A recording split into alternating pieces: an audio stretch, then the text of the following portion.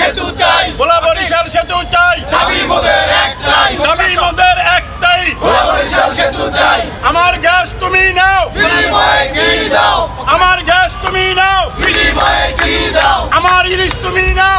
ভোলা বরিশাল সেতু চাই, ভোলা বরিশাল সেতু চাই, দাবি মোদের একটাই, দিতে হবে দিয়ে দাও। ভোলা বরিশাল সেতু চাই, কি দাও, বিনিময়ে কি দাও, আমার গ্যাস তুমি নাও, গ্যাস তুমি নিতে চাও, ভোলা বরিশাল সেতু দাও, ভোলা বরিশাল সেতু দাও। আমাদের দাবি, আমাদের দাবি মানতে হবে, মানতে হবে, মানতে হবে, মানতে হবে, আমাদের দাবি, আমাদের দাবি, দাবি মোদের একটাই, ভোলা বরিশাল সেতু, স্বাস্থ্য সেবার উন্নতি, ভোলাবাসী চাই কি, ভোলাবাসী চাই কি। ভোলা বরিশাল ব্রিজের দাবিতে আন্দোলন করে পায়ে হেঁটে আমাদের ছেলেরা সহ আমরা ঢাকা শাহবাগে অবস্থান করছি। এই ব্রিজটা না থাকাতে আমাদের অনেক সমস্যা হচ্ছে। ব্রিজ না থাকায় ভোলাটা একটা বিচ্ছিন্ন দ্বীপ হিসাবে পরিগণিত হয়। যখন আমাদের কেউ অসুস্থ হয়ে পড়ে, আমরা যখন ভোলা একমাত্র হাসপাতাল নিয়ে যাই, যখন সুন্দর চিকিৎসা সেবা দিতে না পারে তখন তারা বরিশাল বা ঢাকা রেফার করে, কিন্তু ওই সময় দ্রুত গতিতে বরিশাল বা ঢাকা যাওয়ার আমাদের কোনো সুযোগ থাকে না। রাত্রেবেলা তো আরও সুযোগ থাকে না। ভোলাটা একটা জেলখানার মতো। জেলখানা যখন 4টার সময় সকাল কয়েদিকে লক আপ করে দেওয়া হয়, সন্ধ্যার পরে ভোলাটা লক আপ হয়ে যায়। আন্দোলন যুক্ত হলো যখন আমাদের গ্রামের একটা লোক, আমার মা, আমার বাবা, আমার আত্মীয় স্বজন অসুস্থ হয়ে যায়। ইচ্ছা করলে আমরা তাকে তাৎক্ষণিক উন্নত চিকিৎসা দিতে পারি না। তাৎক্ষণিক প্রথম পর্যায়ে আমরা ভোলা যাই, ভোলার থেকে রেফার করে যে আপনারা বরিশাল অথবা ঢাকা নেন। এই মুহূর্তে দেখা গেছে রাত্রে 11টার পরে আমাদের ভোলা থেকে কোনো লোক রুগীকে নিয়ে ঢাকা অথবা বরিশাল আসা কোনো প্রকারে সম্ভব না।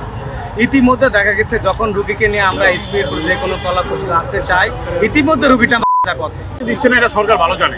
আমাদের মানে ভোলা সবচেয়ে বেশি শহীদদের মানে দ্বীপ, যেই দ্বীপে আমরা বসবাস করি। আমাদের সেই 71-এর যুদ্ধ থেকে, মানে 71-এর স্বাধীনতা থেকে শুরু করে আজ পর্যন্ত যতগুলো আন্দোলন হয়েছে, পুরো আন্দোলনটা আমার ভোলা থেকে উৎপত্তি। আমি বলবো যে আন্দোলনের আতুরঘর ভোলা, এবং আমরা ভোলাতে সংযম করে আমাদের যে পরিমাণ গ্যাস আছে বা যে কোনো আছে, এবং এখনও ভোলাতে জায়গা জমির দাম অনেক কম। অনেক বড় বড় ইন্ডাস্ট্রি আমাদের ভোলাতে যাচ্ছে গ্যাসের উপর নির্ভর করে, যেই অনেকগুলি ইন্ডাস্ট্রি গেছে। তো আমরা যদি এই গ্যাসের বিনিময় এই ইন্ডাস্ট্রিগুলি যেহেতু এখানে হচ্ছে, তো ইন্ডাস্ট্রিতে আসা যাওয়ার জন্য তো ওদের গাড়ি পারাবার মানে ট্রান্সপোর্টেশনের জন্য তো সেতুটা দরকার।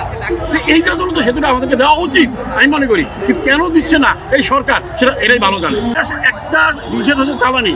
আপনার পকেটে যদি টাকা না থাকে আপনি কিছু করতে পারবেন না, টাকা থাকলে সব করতে পারবেন। তো আমাদের জ্বালানি যে গ্যাসটা, এই গ্যাসটা আমার কাছে নিচ্ছেন, তো আমাদেরকে দিবেন না? আমার ইলিশ দিচ্ছেন, সুপারি ধান আমার এখান থেকে নিচ্ছেন, বিদ্যুৎ নিচ্ছেন।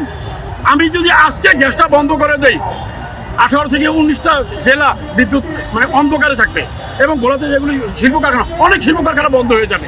বাংলাদেশে একমাত্র অবহেলিত দ্বীপ জেলা ভোলা, এবং এই জেলায় আমরা যা দিচ্ছি তার বিনিময়ে আমরা কিছুই পাচ্ছি না। আমাদের সামান্য যোগাযোগ ব্যবস্থারও কোনো উন্নতি হচ্ছে না, এবং আমাদের এই যে ভোলা বরিশাল সেতু তারা দিচ্ছে না। এবং মজার বিষয় হলো, এই সরকার আসার পরে আমরা একটা আশার বাণী দেখছি যে না, এই সরকার কিছু দিবে, কিন্তু এই সরকারের যেই লোকজন এরা হইলো চিটাগং বেল্টের, এরা দক্ষিণের বেল্টের না, সব উপদেষ্টা চিটাগংয়ের। যেই কারণে অবিশ্বাস্য হলেও সত্য, আমাদের কোনো উন্নয়ন হয় নাই। আমরা যে আশার বাণী, আমাদের জেলা হইলো সর্বোচ্চ শহীদের জেলা, তারপরেও আমরা কিছুই পাইনি। আমরা হতাশ।